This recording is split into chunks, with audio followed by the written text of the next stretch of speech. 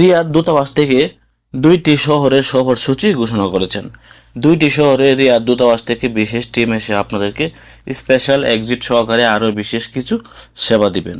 বিশেষ সেবার মধ্যে রয়েছে যারা আগে এমআরপি পাসপোর্টের রিইস্যুর জন্য জমা দিয়েছেন, যদি আপনার সময় হয়ে থাকে আপনারা চাইলে তাদের কাছ থেকে এই এমআরপি পাসপোর্টগুলি গ্রহণ করতে পারবেন। অথবা যারা এমআরপি পাসপোর্ট নতুন করে রিইস্যু করতে চান, আপনারা চাইলে তাদের কাছ থেকে এমআরপি পাসপোর্ট রিইস্যু করাতে পারবেন। মনে রাখবেন, তাদের এই বিশেষ টিম থেকে কিন্তু আপনারা এই পাসপোর্টের কোনো সেবা পাবেন না। আপনারা চাইলেও কিন্তু তাদের কাছ থেকে এই পাসপোর্ট বানাতে পারবেন না।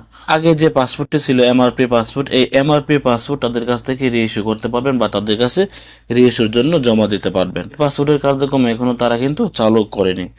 এবং আপনারা চাইলে তাদের কাছ থেকে সোনালী ব্যাংকের অ্যাকাউন্ট খুলতে পারবেন। এবং যদি আপনার ট্রাভেল পারমিটের দরকার হয়, আপনারা চাইলে তাদের কাছ থেকে একটি ট্রাভেল পারমিটও কিন্তু নিতে পারবেন। অথবা আপনারা চাইলে তাদের কাছ থেকে একটি প্রবাসী কল্যাণ কার্ডও কিন্তু করতে পারবেন। তো এখন আসেন জানিয়ে দিচ্ছি তারা কোন কোন শহরে কত তারিখে আসতে যাচ্ছে।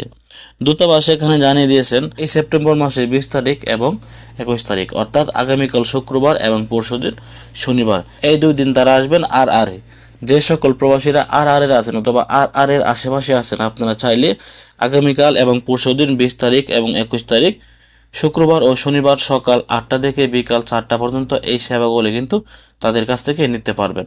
তারা যে জায়গায় এই সেবাগুলো দিবেন, আফাট আলিয়ান অ্যাপার্টমেন্ট হোটেল হাশেমের পাশে। তো এর প্রবাসী যারা আছেন, আপনারা চাইলে কিন্তু তাদের কাছ থেকে এই জায়গায় গিয়ে এই সেবাগুলো নিতে পারবেন, হোটেল হাশেমের পাশে আর।